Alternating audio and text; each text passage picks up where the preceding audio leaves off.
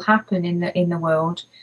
But ultimately, I think the reason people listen to spiritual philosophy, the reason that they want guidance and go to see mediums and read spiritual literature, is because they're searching for an answer that can actually give hope to them. And that, I think, that is the message we try to give, if any, is that collectively, as individuals we can do it, but as a collective energy, the thought energies are so powerful that it's almost like a candle in a darkened room, if you like. There may only be one candle in a darkened room, but it will light the whole room. And that's what we're trying to do by going out and giving people an opportunity to see the world in a different way, accept that there are dark places, but also know that it isn't all so bad that we can't do anything positive about it and make positive changes. Yeah. Well, at the end of the day, I mean, the human race are, well, they say that we are gods. You know, we've been taught to worship an external god, but really the irony of it is that apparently we are actually gods ourselves, aren't we? Yeah. And we've been, really oppressed. Yeah, I mean, I would sort of change that slightly and say we are God. Right. Okay. We are God. I mean, God is within us. We are within God. We're all. There's no separation. And I think when people really wake up, and that people are starting to wake up on a large scale, but when they really wake up from years or centuries of being half awake, half asleep, and realize the tremendous power and potential that is within them, and the tremendous gifts that they've got, then the darkness is defeated. You cannot stand up to it. Ignorance cannot stand alongside truth. Darkness cannot exist in the presence of light. It's a simple law. It's a fact. And when people realize that, then the world will be transformed without a doubt. So really, the tool that they use is fear, isn't it? So we need to conquer fear, really, don't we? Divide and conquer, and divide. Yeah. And you do that by keeping people in two ways. You keep them in fear. That's the main weapon. Whether it's actual fear or perceived fear, it's still fear.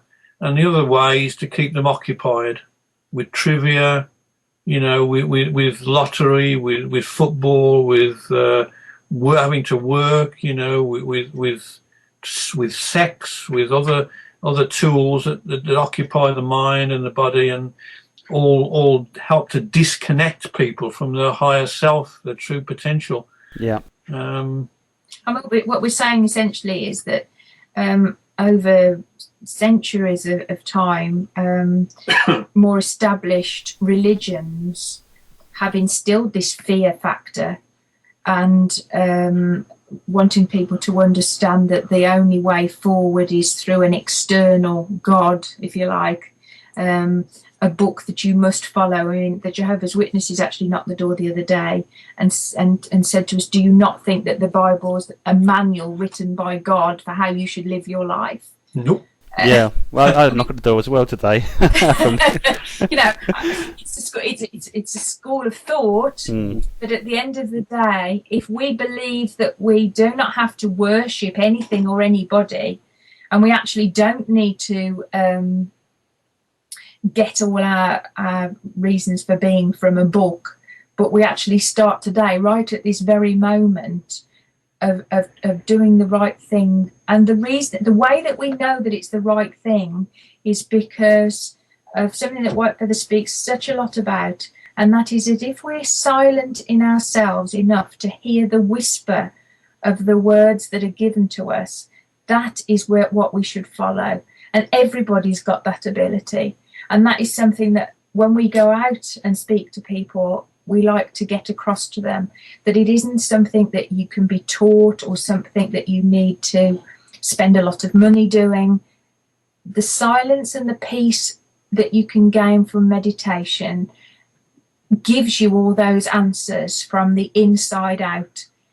Peace, serenity, whatever you like to call it, spiritual involvement isn't outside of you, it's within you. And very often the spiritual teachings that are given really awaken your memories rather than teach you something new. Yeah. And what White Feather always says, just to sum up here, and you know, we're already enlightened. We are already enlightened. We've just got to remember what we've forgotten, which is what Amanda's just said. We've got to remember what we've forgotten. We are, as you said earlier, we are gods. We are God.